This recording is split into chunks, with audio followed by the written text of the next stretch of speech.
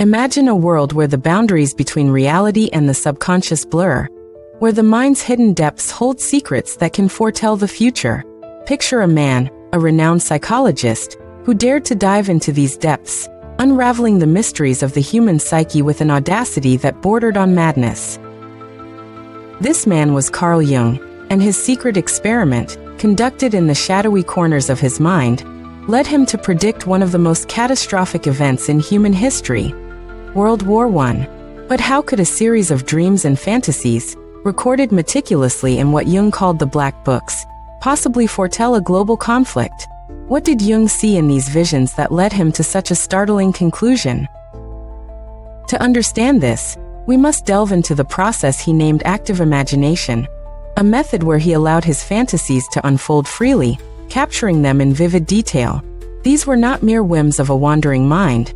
They were dialogues, dramatic in form, speaking a language of symbols and archetypes that Jung believed held universal truths. In the winter of 1913, Jung embarked on this journey of self-experimentation. He was not merely a passive observer, but an active participant in these inner dramas. He later transcribed these experiences into a manuscript, known as Liber Novus, or the Red Book, where he sought to extract psychological principles and understand their symbolic representation of world events. Jung's conviction that his visions were precognitive was not born out of mere speculation. He saw patterns, archetypal images that resonated with the collective unconscious, a concept he pioneered to describe the shared reservoir of human experience. Consider the tale of the boy and the old man, a story Jung might have encountered in his explorations. The boy, having fled from a beating, finds himself at a crossroads, is past a series of unfortunate events. The old man, a figure of wisdom, tells him he cannot turn back, that he must forge a new path.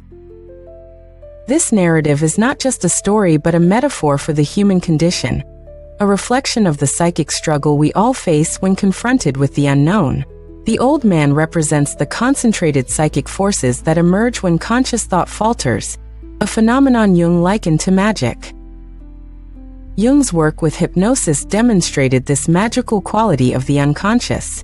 He would induce a deep hypnotic state in a frail patient, who would then exhibit remarkable endurance, lying stiff as a board between two chairs. Yet a robust athlete could not replicate this feat through sheer willpower. This experiment underscored the power of the unconscious, a theme that echoed through Jung's fantasies and the unfolding events of the world. When World War I erupted, Jung saw in his fantasies a reflection of the chaos and destruction that engulfed Europe. He believed these visions were not just personal but tapped into the collective psyche, revealing a deep-seated unrest that would manifest on the world stage. Jung's insights were not confined to the realm of psychology. They were a commentary on the spiritual alienation of his time, a call to regain the soul and develop a new worldview. In Liber Novus, Jung illustrated his manuscript with paintings, each a window into the soul's journey.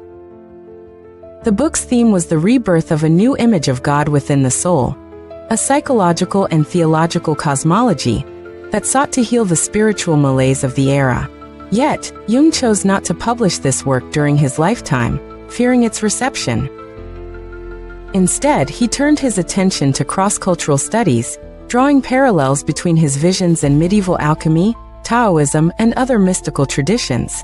One of the most striking images from Jung's fantasies is that of the hunter or old magician, a figure that embodies the negative parental imago in the unconscious. This character, appearing as a raven, has stolen a princess, holding her captive in a magic castle atop a world tree. The raven, nailed to the wall with 3 nails, mirrors the crucifixion, a punishment for his transgressions. This inversion of the Christian image speaks to the duality of light and darkness, a theme central to Jung's exploration of the psyche.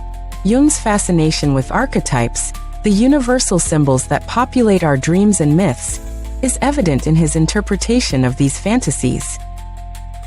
The trickster, a figure that appears in various cultures, embodies the shadow, the darker aspects of the self. This character, both subhuman and superhuman, is unconscious of his actions, causing chaos and mischief. Yet he is also a creator, a reminder of the divine potential within us all. Jung's exploration of the trickster reveals the complexity of the human psyche, a boiling cauldron of contradictions. He recognized that the psyche is not a unified entity, but a dynamic interplay of opposing forces. This understanding challenges the notion of a singular, coherent self, suggesting instead a multiplicity of selves, each vying for expression. In the end, Jung's secret experiment was not just a personal journey, but a profound inquiry into the nature of reality and the human condition. His insights continue to resonate, offering a lens through which we can view the complexities of our own lives. As we grapple with the uncertainties of the modern world, Jung's work reminds us of the power of the unconscious, the hidden forces that shape our destiny. So, what can we learn from Jung's experiment? Perhaps it is the courage to explore the unknown, to confront the shadow within, and to embrace the wholeness of our being. In doing so, we may find the wisdom to navigate the challenges of our time, just as Jung did in his quest to understand the mysteries of the mind. As we ponder Jung's bold journey into the depths of the psyche, it becomes evident that his explorations were not limited to the confines of the subconscious. They extended beyond the individual, weaving through the fabric of cultural and historical narratives. Jung's understanding of the collective unconscious suggests that our personal struggles are reflections of broader human experiences, echoing through generations and manifesting in our shared myths, legends, and symbols. Jung's exploration of the self, as an archetype, stands out as a cornerstone of his analytical psychology. He perceived the self not merely as the totality of the psyche, but as the guiding principle that seeks to harmonize and integrate the conscious and unconscious realms. This concept underscores the transformative process of individuation, which Jung regarded as the ultimate goal of personal development, a journey towards wholeness where one reconciles with their inner world, embracing all facets of their identity. The individuation process is often symbolized by the archetype of the hero's journey, a motif that recurs across cultures, from the epic tales of Odysseus to the spiritual odysseys of the Buddha. For Jung, these narratives reflect the universal struggle to overcome inner and outer obstacles, to confront one's fears and desires, and to emerge transformed. The hero's journey is a metaphorical representation of the trials we face in our quest for self-discovery and fulfillment. In his later years, Jung's work increasingly focused on the intersections of psychology and spirituality. He saw the psyche as inherently religious, driven by a quest for meaning and transcendence. Jung's interest in alchemy, which he viewed as a symbolic process of psychological transformation, exemplifies this synthesis of the scientific and the mystical. The alchemist's search for the philosopher's stone, a symbol of ultimate wisdom and immortality, parallels the psychological journey towards individuation, where the mundane is transmuted into the divine. Jung's insights into the integration of opposites, light and shadow, masculine and feminine, conscious and unconscious, find resonance in the ancient philosophies of the East, particularly Taoism and its concept of yin and yang. He recognized that within every polarity lies the seed of its counterpart, suggesting that true harmony arises not from eliminating conflict, but from embracing it. This perspective invites us to approach our inner conflicts with a sense of curiosity and acceptance, recognizing them as integral to our growth. In the modern context, Jung's work continues to inspire those seeking to navigate the complexities of identity, purpose, and belonging.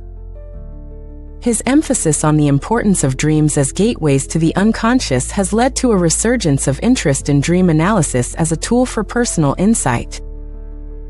Today, therapists and seekers alike draw upon Jungian principles to explore the rich tapestry of the inner world, unlocking the potential for healing and transformation.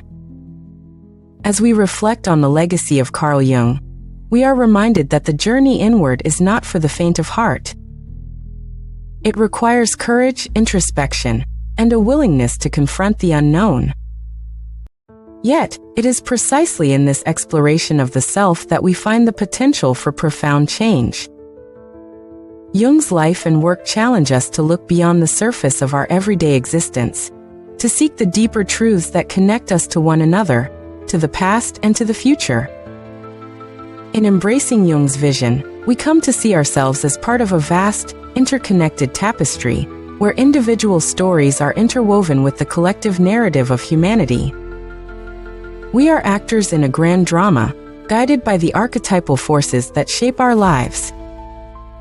And in this awareness, we discover a sense of belonging, a place within the cosmic order, and the possibility of contributing to the unfolding story of human evolution.